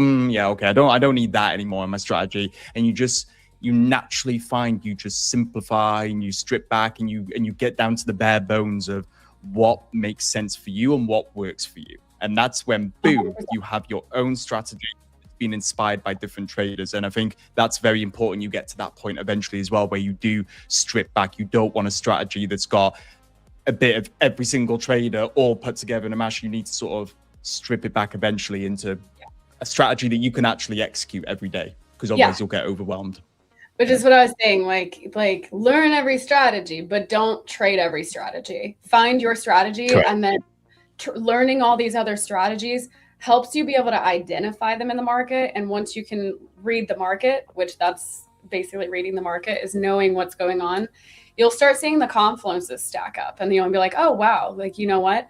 I see my trade, which is the only trade that I take, the only strategy I trade, simplified version. And then you have 3 different confluences, and you just know it's an A+ setup. And that's when everything starts clicking for you. And it takes time. Yeah. And yes, it feels overwhelming, but at the end of the day, it's not a matter of if it works, it's a matter of when it works and how much perseverance and patience you can have throughout this process. That's what separates you from being profitable or quitting. So for sure, you've got to have so much delusional belief, though, don't you? When you first start and you're first learning and you're trading towards a payout, and you've got no payouts, no evidence to say that you are going to be successful, that you're going to be profitable, that you are going to, take a payout. You have to have that delusional belief in yourself that you will get there. Mind first, reality will then come, follow quickly afterwards. I think it's hard. It's hard because we've got payouts behind us now. Do you know what I mean? We've proven that our strategies work for us, and it's almost easier to stomach the losing streaks and the drawdowns for me and you, because we've taken payouts. We've got evidence. While for the newbie traders who don't have those payouts yet, and you're experiencing drawdowns just like me and you naturally do, we've been there, haven't we? It's hard. It's really hard. It's also, nobody really talks about this part, but it's also hard when you're sitting on the side before the payouts and you don't know what the payout feels like, and you don't have any reference, and all you just feel is the door in your face over and over and over, losing. And it is so hard to formulate an idea around what that feels like. Like, what does it feel like to get a payout? You can't just fake that feeling. You can think about it, you can make an image about it, but you can't genuinely understand what that feeling is. So yeah, like you said, like, we've got that under our belts. And so when the losing streaks happen, or, the market conditions were rough, like, I wasn't sweating it. I was like, whatever, it is what it is. I'm going to eventually get back to where I was. I need to control my emotions more. I'm really wigging out right now. Like, it killed my confidence. It really put me in like a terrible state of mind. But at the end of the day, I was like, I know it's just a matter of time until I get this shit sorted out. So yeah, guys, like, it's like a full port your delusion mode, full port delusion. But I think even before you get the payout, though, if you're like, I advocate people should be using something like TradeZeller. They don't have to use TradeZeller, but something like that, where you are seeing your data day after day, week after week. And if you're starting to see, oh, I've had my first profitable day, great. Then you have your first profitable week, good, okay, and then you have your first profitable month, which is not easy at all. And you're starting to see that you don't have a payout yet. You've got that first profitable month under your belt, and you think, okay, all right. And then you get that first full green month eventually, where it's like, you just were hitting everything, and then you get the pay. You know what I mean? Like, hopefully, even though you don't have your payout yet, your data should be screaming at you saying, keep going. Do you know what I mean? Like, when I say delusional belief, I don't mean that you should just have belief based on absolute nothing and you're just blowing accounts every single day, but you've got to have some data as well to sort of back up what you're doing, and if the data isn't pointing the right way after a quarter of trading something, then I think you need to be looking at it again. Do you know what I mean? So yeah. I totally agree with that, because like, obviously I have data behind, everything that I've done. I was big on TradeZeller since I started coaching. And I didn't start coaching. Sorry. I started to get coaching. And then I was realizing that I was taking the same silly trades, and those same silly trades were the ones that were blowing my accounts, trying to call top, just doing the most.